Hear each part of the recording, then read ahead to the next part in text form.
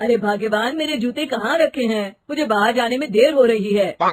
तभी मालती कमरे में आती है। ये रहे आपकी जूते। मैं इन्हें साफ करने के लिए ले गई थी।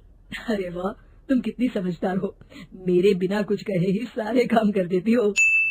तभी मालती झिझकते हुए रमेश से कहती है, सुनिए जी, आपसे एक बात कहूँ, बुरा तो नहीं मानेंगे ना? अरे नहीं नहीं, बेफिक्र होकर कहो।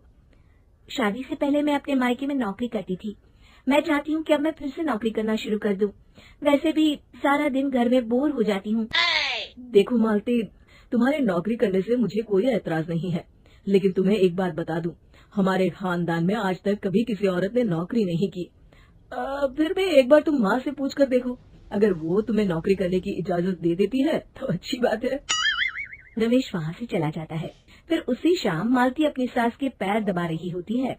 तभी उसकी सास मालती से कहती है, अरे क्या बात है बहू, आज तो ठीक तरह से मेरे पैर नहीं दबा रही। किसी ख्याल में खोई पड़ी है क्या?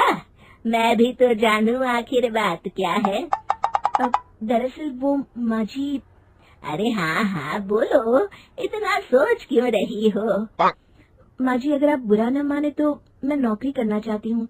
घर के काम करने के बाद मेरे पास काफी वक्त बच जाता है। मालती की ये बात सुनकर उसकी सास गुस्से में कहती है, अरे बहू, तेरी तबीयत तो ठीक है ना? आज ये कैसी बहकी बातें कर रही है? भला हमारे खानदान में आज तक कभी किसी औरत ने नौकरी की है जो तू नौकरी करने की बात कर रही है, हैं? अरे बहू, तू क्या रिश्तेदारी में हमारी नाक कटाना चाहती है? जितना जल्दी हो सके अपने दिमाग से नौकरी का भूत उतार दे, और अब जा, जल्दी से रसोई में जा, खाना बनाने का वक्त हो रहा है।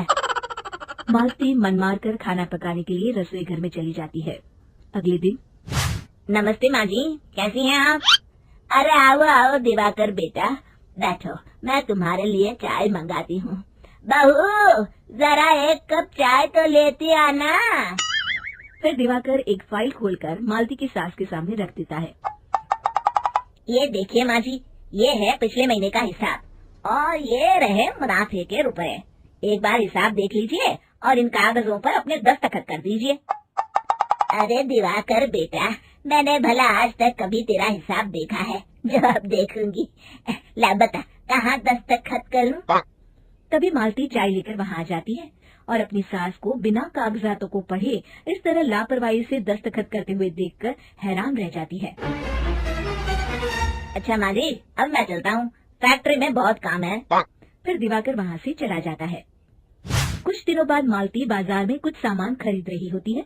तभी एक बूढ़ा आदमी उसे आवाज देता है, अरे मालती बेटी, कैसी हो? मुझे पहचाना? मैं तुम्हारी कंपनी में मुनीम का काम करता हूँ। हाँ चाचा जी, मैं आपको बिल्कुल पहचानती हूँ। कहिए, कैसे हैं आप? मैं तो ठीक हूँ, कंपनी में कुछ भी ठीक नहीं चल रहा, यहाँ तक कि हमें ठीक वक्त पर तनख्वाह भी नहीं मिलती। ये आप क्या कह रहे हैं?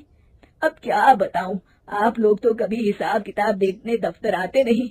मेरी मानो तो एक बार आप लोग दफ्तर आकर सारा हिसाब किताब देख लो, आपको असलियत पता चल जाएगी।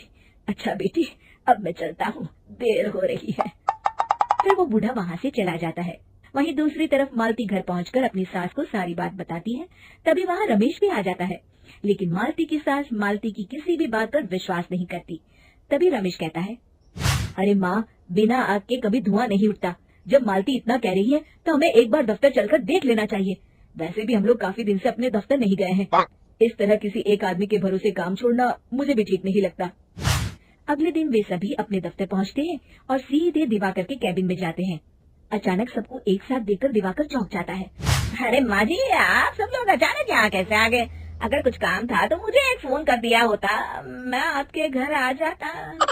तभी मालती की सास कहती है, अरे दिवाकर बेटा, आज मैं हिसाब देखने दफ्तर आई हूँ, जरा मुझे पिछले 6 महीनों का हिसाब दिखाना तो बेटा।